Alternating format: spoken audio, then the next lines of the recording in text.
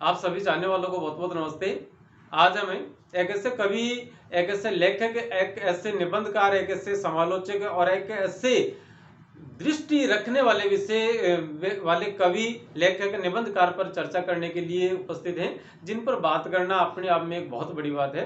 हम कक्षा 12 की हिंदी साहित्य की पुस्तक अंतरा भाग 2 में संकलित 2 कविताएं, जिनके नाम है यह दीप अकेला और मैंने देखा एक बूंद।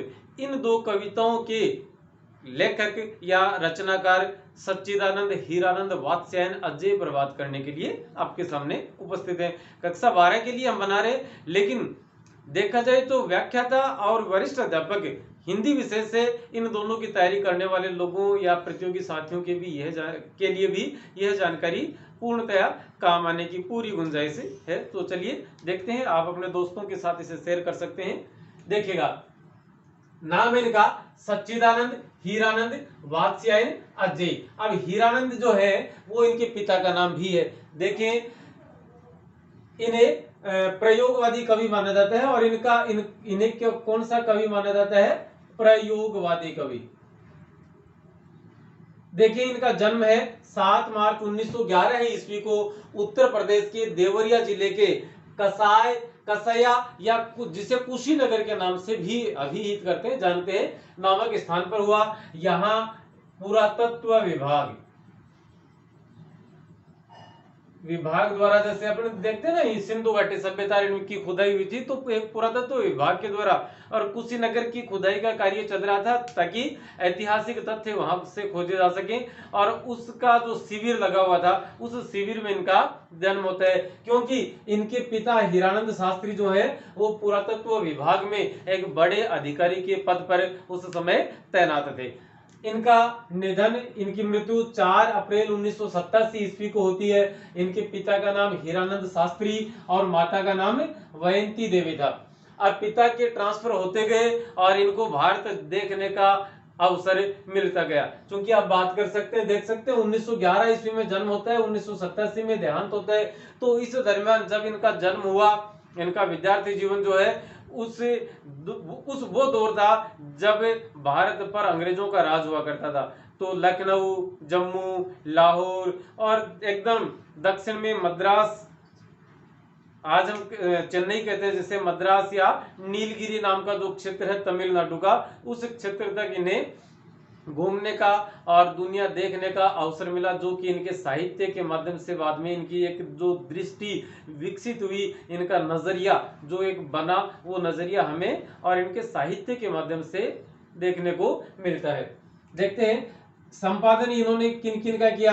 एक इन्होंने सैनिक नाम का पत्र, विशाल भारत नाम का पत्र और प्रतीक नाम के पत्र का संपादन किया। ये काव्य की बात यदि हम करें तो पहला तार सप्तक से लेकर पहला, दूसरा, तीसरा, चौथा तार सप्तक की और रूपांबरा नामक काव्य का संपादन भी इनके द्वारा किया गया।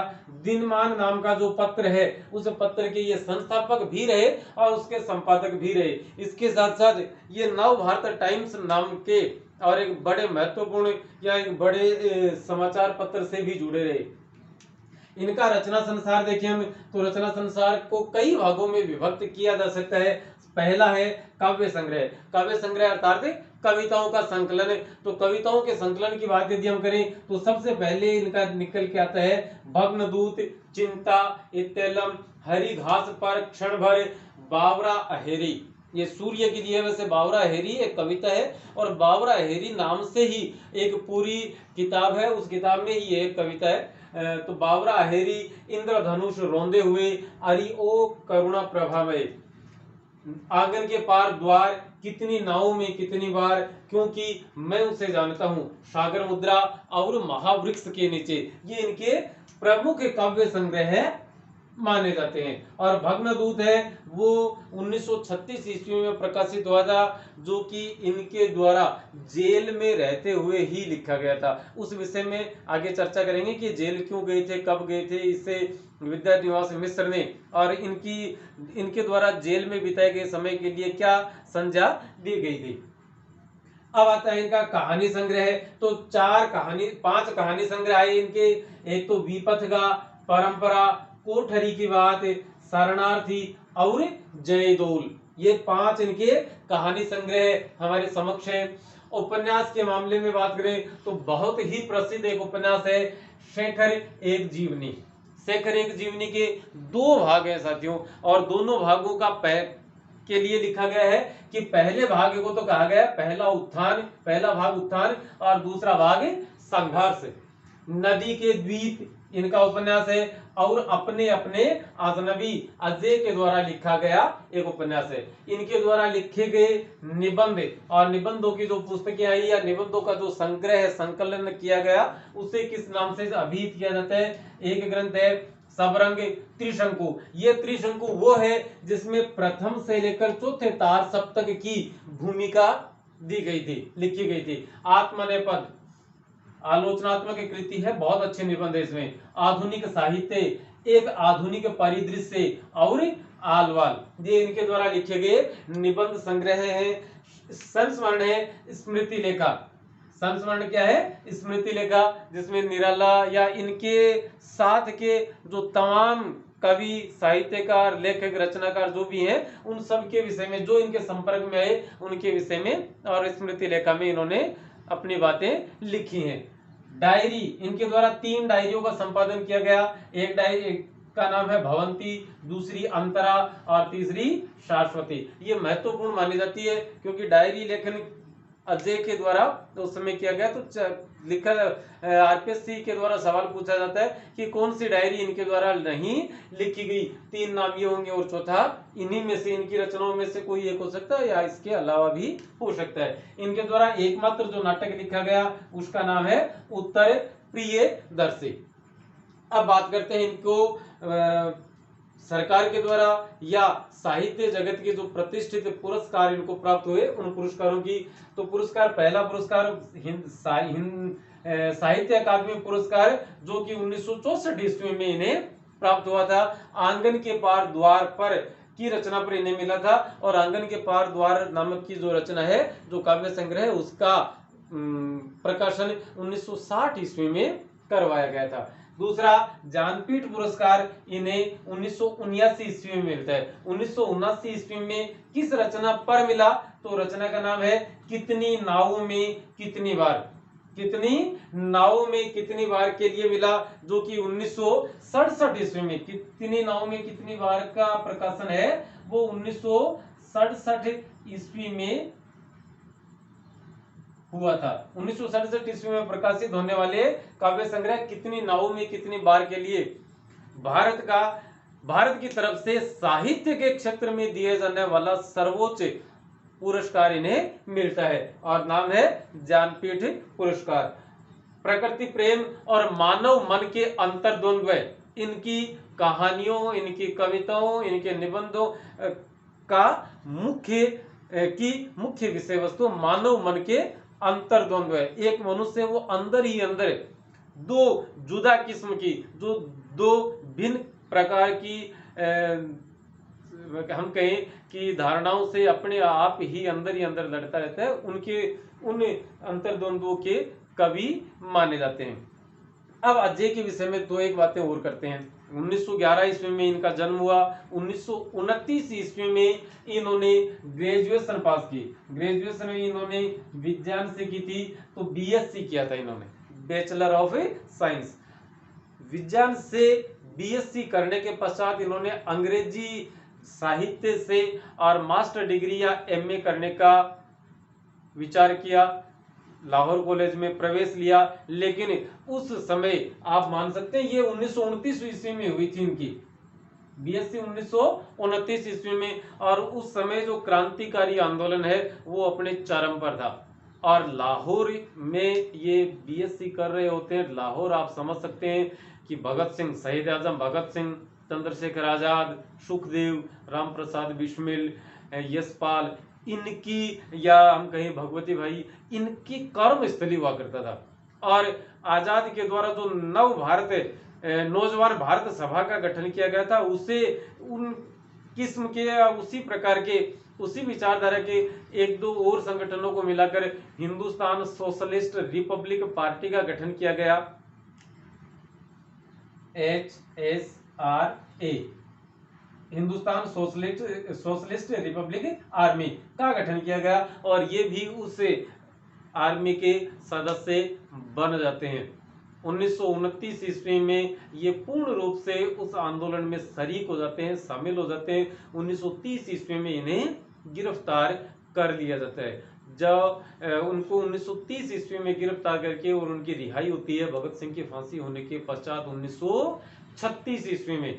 और जब 1936 ईस्वी में इनकी रिहाई होती है तब ये एक दूसरे इंसान के रूप में बाहर आते हैं, जो भग्न दूत है, जो चिंता है। और शेखर एक जीवनी का पहला भाग, शेखर एक जीवनी का पहला भाग, ये 3 रचनाएं इनके द्वारा जेल में रहते हुए ही लिखी गई थी। डॉक्टर विद्यानिवास मिश्र के द्वारा 1930 से 1936 ईस्वी का जो समय था, जो जेल में बिताया गया था, उस जेल में बिताए हुए समय को विद्यानिवास मिश्र के द्वारा एक नाम दिया गया, भट्टी में गलाई की अवधि। भट्टी में गलाई